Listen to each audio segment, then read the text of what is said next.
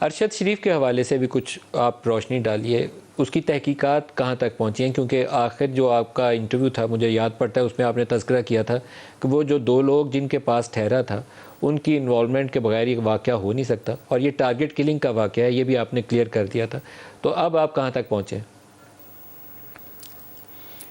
دیکھیں، اس میں جو ہماری فیکٹ فائنڈنگ ٹیم گئی تھی وہاں پہ، دونوں بڑے سینئر آفیسر سے،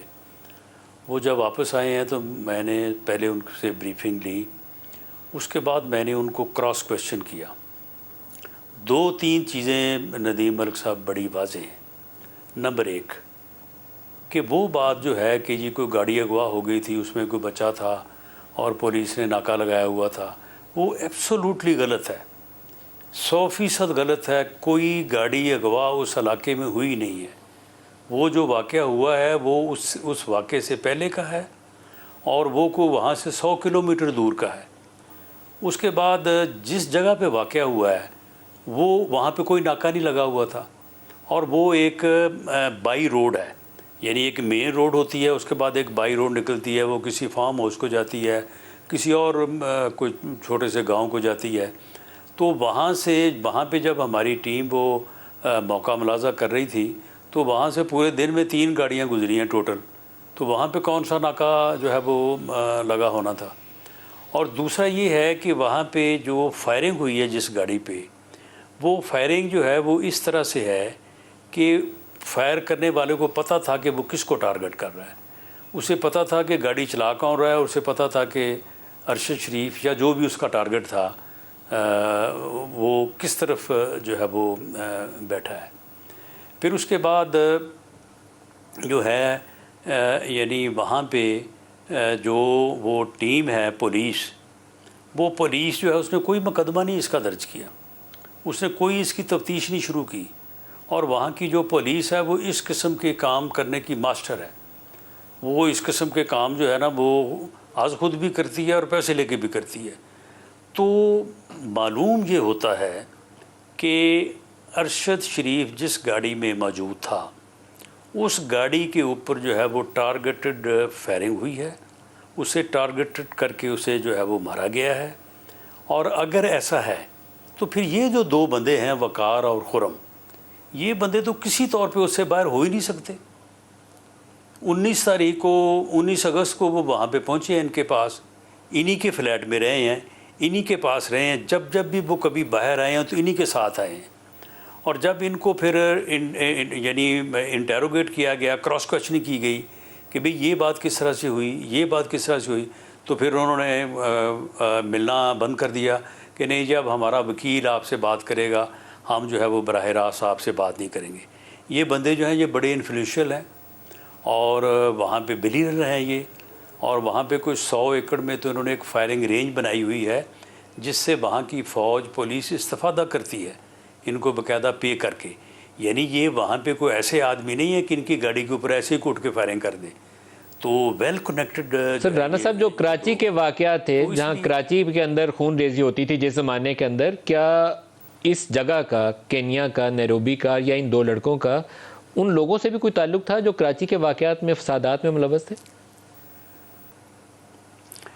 نہیں، یہ لوگ جو ہیں یہ کراچی میں ویسے آتے جاتے تو رہے ہیں۔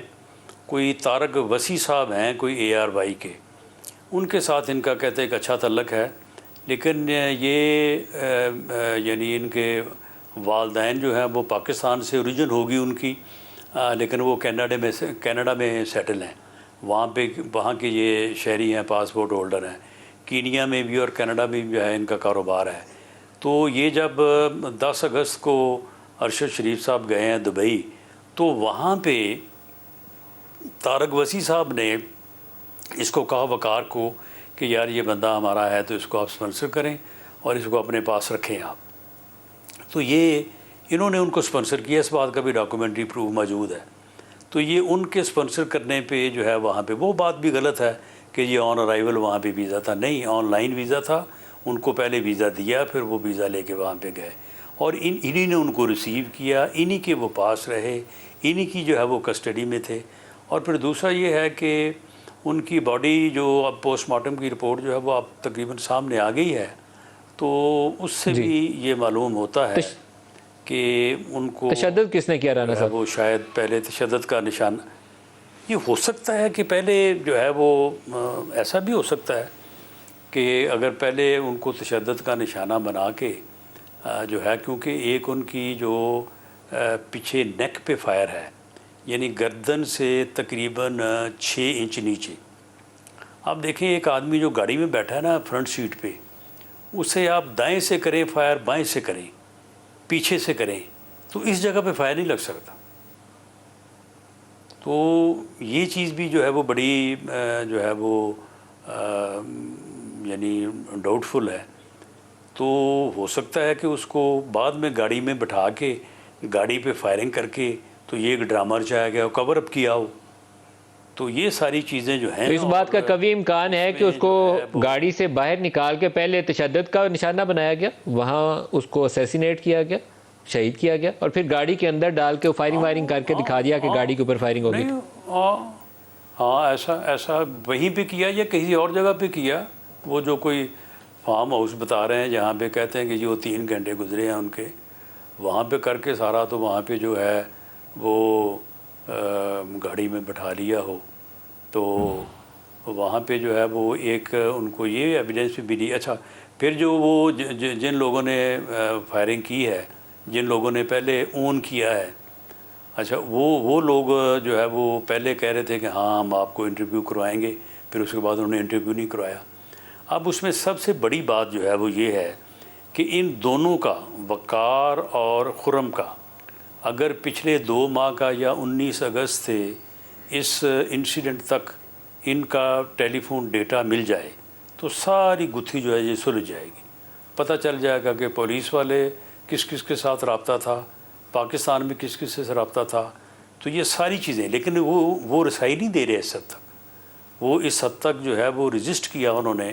ہماری جو انویسٹیگیشن ٹیم ہے. تو اب ہم نے انویسٹیگیشن ٹیم کو بھیجا ہے دبئی.